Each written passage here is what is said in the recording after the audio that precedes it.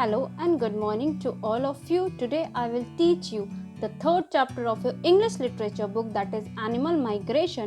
In this chapter I will teach you why and how animals migrate from one place to another. So let's have a look on your book.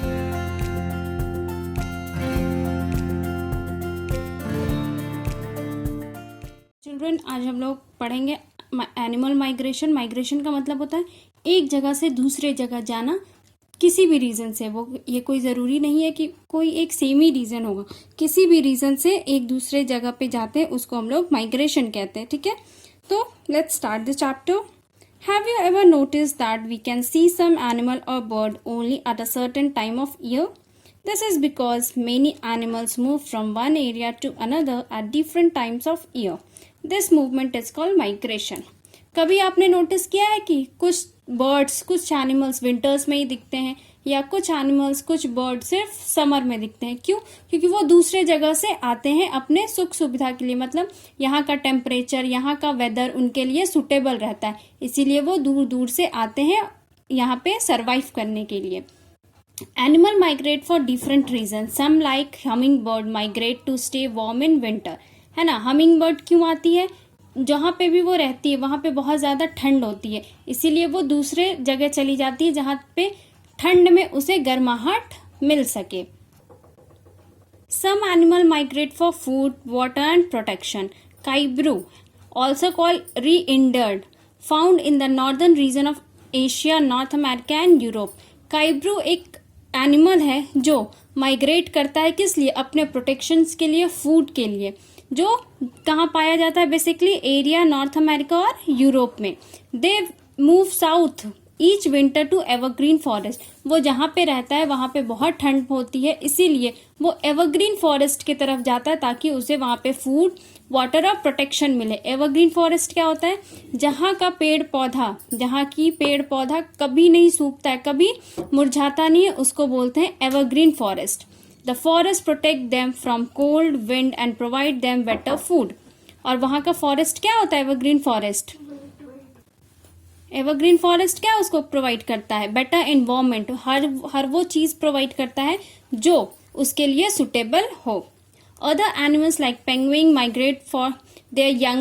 Penguin choose the coldest time of the year and the coldest place on the planet, that is Antarctica, to raise their young ones. अब penguin क्यों migrate करता है? अपने young ones को produce करने के लिए, और वो ऐसी जगह चूज करता है जहाँ पे बहुत ज़्यादा ठंड हो, जैसे Antarctica. They migrate away from sea deep into land, so they are far away from other creature which may attack on their egg hatch. और वो क्यों माइग्रेट करता है लैंड से, समुद्र से, ताकि कोई अदर क्रिएचर, मतलब कोई अदर एनिमल्स उनके एग पे अटैक ना करे और उनका जो एग है, उनका जो यंग वंस है, जो आने वाला है, वो प्रॉपरली अच्छे से सरवाइव कर सके। Some animals turtle travel long distance to lay egg on very same beach where they were born. और जो टर्टल्स होते हैं, है ना, जिसको हम लोग कछुआ भी कहते हैं, वो क्या करती है? वो अपने एग्स को देने के लिए वहीं पे जाती है जहाँ पे वो बॉन्ड किया था, है ना। वो बहुत ज़्यादा लंबा डिस्टेंस भी ट्रेवल करती हैं अपने यंग वंस को सेम प्लेस पे करने के लिए जहाँ पे वो टर्टल बना था। Grey whales have the longest migration journey. They travel 2 or 3 months every year, covering more than 8,000 kilometers. जो ग्रीन वेल होती है ना, जो ग्रीन वेल्स जो एनिमल है वो सबसे ज़्यादा, मतलब एनिमल्स और बर्ड्स में सबसे ज़्यादा माइग्रेशन करते हैं, मतलब सबसे ज़्यादा वो घूमती है 2 से 3 महीने तक, टू कवर 8,000 किलोमीटर। और ये 2 से 3 महीने में कितना वो डिस्टेंस कवर करती है? 8,000 kilometre. During their migration animals and bird cover great distance, है ना। अब ये जो माइग्रेशन पीरियड है एनिमल्स और बर्ड्स के लिए, वो इसमें बहुत लंबे डिस्टेंस, मतलब लंबी लंबी दूरी तय करते हैं। It is wonderful how they are able to find their way back very same place in the world year after year.